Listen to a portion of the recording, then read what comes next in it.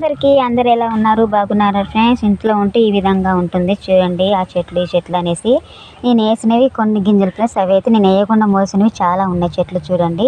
ఇవైతే తోటకూర మొక్కలు అయితే తెచ్చేసాను చూడండి ఏ విధంగా ఉన్నాయో. కొన్ని అయితే ఫ్రెండ్స్ నేనైతే కొన్ని ఇవి దోసకాయ గింజలు పెట్టాను, అలాగే ఇది కాకరకాయ గింజలు పెట్టాను కొన్ని తీసుకొచ్చినవి, అలాగే బీరకాయ గింజలు కూడా పెట్టాను. మొక్కలు ఎలా మొలిసాయి చూడండి. ఈ మిగతా అన్నీ అయితే ఫ్రెండ్స్ నేనైతే వేయని ఫ్రెండ్స్, ఇవన్నీ అయితే వేయకుండానే మొలిసాయి చూడండి.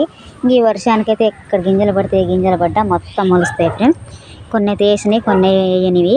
ఇవి వచ్చేసి మిరప మొక్కలు చూడండి. ఇవైతే గింజలు అయితే చల్లాను, ఇటు తొడియలు తీసేసి గింజలు చల్లాను చూడండి ఏ విధంగా మొలిసాయో చూడండి ఫ్రెండ్స్. ఇవన్నీ మిరపకాయ మొక్కలు చూడండి ఫ్రెండ్స్.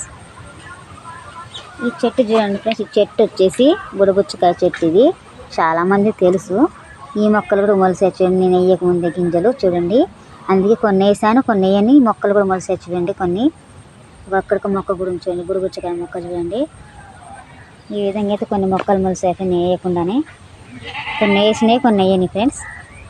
ఇక్కడ చూడండి పనసకాయ గింజ కడబడి మొక్క మొలిసింది చూడండి ఫ్రెండ్స్. ఇది పనసకాయ మొక్క, ఇది చూడండి. ఇది వచ్చేసి తీగ పెండలం మొక్క చూడండి. గడ్డలు పడ్డాయి కదా ఎక్కడ పడితే అక్కడ. ఇంకా చూడండి ఎలా తీగలు బాగుతున్నాయో. ఈ లక్ష్మీ కమలాలు చూడండి ఫ్రెండ్స్, అప్పుడైతే చిన్నగా ఉన్నాయి కదా, ఇప్పుడు చూడండి ఎంత పెద్దగా ఉన్నాయో.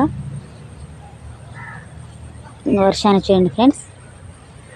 ఈ విధంగా అయితే మొక్కలు మొత్తం మొలిచాయి ఫ్రెండ్స్. ఓకేనా ఫ్రెండ్స్, మరి వీడియో కన్నా లైక్ చేయండి, మన ఛానల్ సబ్స్క్రైబ్ చేయండి, కామెంట్ చేయండి. Bye friends.